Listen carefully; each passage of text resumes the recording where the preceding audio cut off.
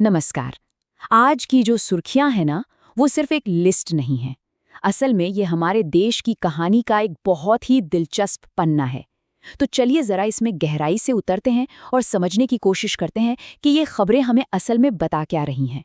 तो सवाल यही उठता है, क्या आज की सुर्खियां सिर्फ एक दिन की बातें हैं, या फिर ये उन गहरे ट्रेंड्स की तरफ इशारा कर रही हैं जो हमें ये बताते हैं कि देश किस दिशा में बढ़ रहा है। आइए इसका पता लगाते हैं। सबसे पहले चलिए बात करते हैं अर्थव्यवस्था की। आज की खबरें एक ऐसी कहानी कह रही हैं जिसमें जबरदस्त रफ्तार है और बहुत बड़ी महत्वाकांक्षा भी। तो इस रफ्तार का सबसे बड़ा सबूत ये आंकड़ा देखिए। सिर्फ फरवरी के महीने में यूपीआई ट्रांजैक्शंस ने सारे के सारे रिकॉर्ड तोड़ दिए। पर देखिए, ये सिर्फ एक नंबर नहीं है, ये इस बात का सबूत है कि कैसे एक छोटा सा दुकानदार भी अब डिजिटल हो चुका है, जिससे ना सिर्फ उसका व्यापार बल्कि उसकी जिंदगी भी दोनों ही आसान हो गई हैं। और ये कहानी सिर्फ यूपीआई तक ही नहीं रुकी है। एक्सपर्ट्स का मानना है कि भारत दुनिया की तीसरी सबसे बड़ी अर्थव्यवस्था बनने की राह पर बहुत मजबूती से आगे बढ़ रहा है। आर्टिफिशियल इंटेलिजेंस और नई टेक्नोलॉजी में हमारे स्टार्टअप्स दुनिया भर में अपनी पहचान बना रहे हैं। डिजिटल इंडिया मिशन अब दूर दराज के गांवों तक पहुंच रहा है। और हाँ, विदेशी पर्यटकों की बढ़ती संख्या भी हमारी अर्थव्यवस्था को एक नई ताकत दे रही है। अब यहाँ एक दिलचस्प बात है। एक तरफ तो हमारी अपनी घरेलू ताकत है, जैसे रिकॉर्ड तोड़ डिजिटल पेमेंट्स और जबरदस्त इनोवेशन, लेकिन दूसरी तरफ दुनिया भर में जो उथल-पुथल मची है वो भी हम पर असर डाल रही है। जैसे तेल की कीमतें जो वो बढ़ती हैं, तो इसका सीधा असर हम सबकी जेब पर पड़ता है ना? अच्छा, अब अर्थव्यवस्था से आगे बढ़कर रुख करते हैं राजनीति की तरफ। आज का दिन कह सकते हैं कि राजनीतिक बिसात पर कुछ बहुत ही महत्वपूर्ण चालों का गवाह बन रहा है। आज का सबसे बड़ा पॉलिटिकल इवेंट यही है। राज्यसभा की 37 सीटों के लिए जो ये चुनाव हो रहे हैं, ये महज एक प्रक्रिया नहीं है। इनके नतीजों से राजनीतिक समीकरणों में एक बड़ा फेरबदल आ सकता है और कई बड़े नेताओं का भविष्य भी तय हो सकता है। ये चुनाव देश के कई राज्यों में हो रहे हैं जहां विधायक अपने अपने वोट डाल रहे हैं। लेकिन बिहार की राजनीति में इसे लेकर हलचल कुछ ज्यादा ही तेज नजर आ रही है। सबसे जरूरी बात यह है कि इन चुनावों के जो नतीजे होंगे वो सिर्फ राज्यों तक ही सीमित नहीं रहेंगे, बल्कि आने वाले वक्त में देश की राजनीति की दिशा भी तय करेंगे। तो अब बात करते हैं समाज की। आज की सुर्खियां ये दिखाती हैं कि भारतीय समाज किस तरह से नई चुनौतियों और नई नीतियों के साथ तालमेल बिठा रहा है।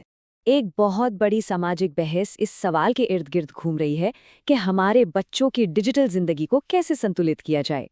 ये सुरक्षा और स्वतंत्रता के बीच की एक बहुत ही नाजुक बहस है। और इसी बहस के बीच कर्नाटक सरकार एक बड़ा कदम उठाने के बारे में सोच रही है। प्रस्ताव यह है कि 16 साल से कम उम्र के बच्चों की सोशल मीडिया तक पहुंच को सीमित कर दिया जाए। अब जाहिर है इस पर एक बड़ी बहस छिड़ गई है। कुछ लोगों का मानना है कि बच्चों को ऑनलाइन खतरों से बचाने के लिए ये बिल्कुल जरूरी है। तो वहीं दूसरी तरफ ये भी चिंता है कि कहीं ये उनकी आज़ादी पर एक तरह का कंट्रोल तो नहीं बन जाएगा। और समाज को दिशा देने की ये कोशिश सिर्फ एक नीति तक ही सीमित नहीं है। ये सिर्फ वादे नहीं हैं, बल्कि ये वो कदम हैं जो हमारे समाज की नींव को और मजबूत कर रहे हैं। चाहे वो नई शिक्षा नीति के तहत डिजिटल लर्निंग हो, या ग्रामीण इलाकों में खुलते नए अस्पताल हों, या फिर नई ट्रेनों के साथ बदलता हुआ हमारा रेलवे सिस्टम। लेकिन इस सारी तरक्की के साथ साथ एक बहुत बड़ी चुनौती भी हमारे सामने है।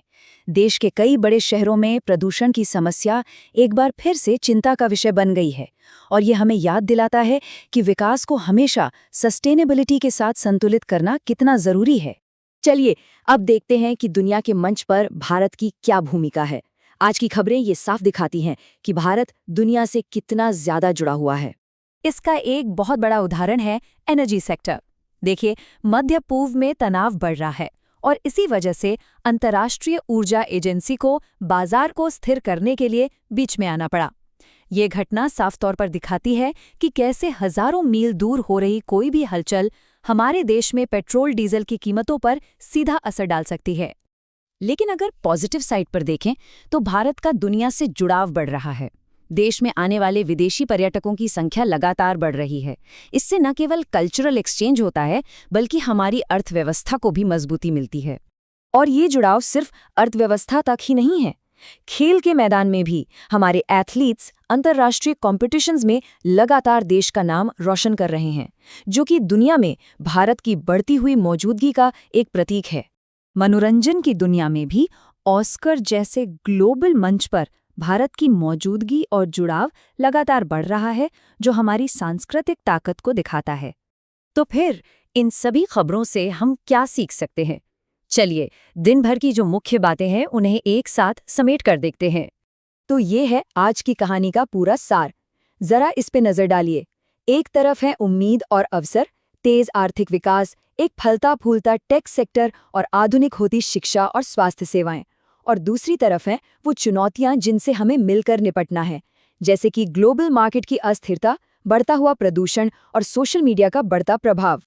आखिर में आज की खबरें हमें बस यही दिखाती हैं, एक ऐसा देश जो पूरे आत्मविश्वास के साथ भविष्य की तरफ बढ़ तो रहा है, लेकिन साथ ही अपनी चुनौतियों से भी अच्छी तरह वाकिफ है। और मैं आपको इसी एक सवाल के साथ छोड़कर जा रही हूँ, क्या ये सिर्फ एक आम दिन था, या आज हमने आने वाले पूरे दशक की एक झलक देखी है? इस पर सोचिएगा जरूर।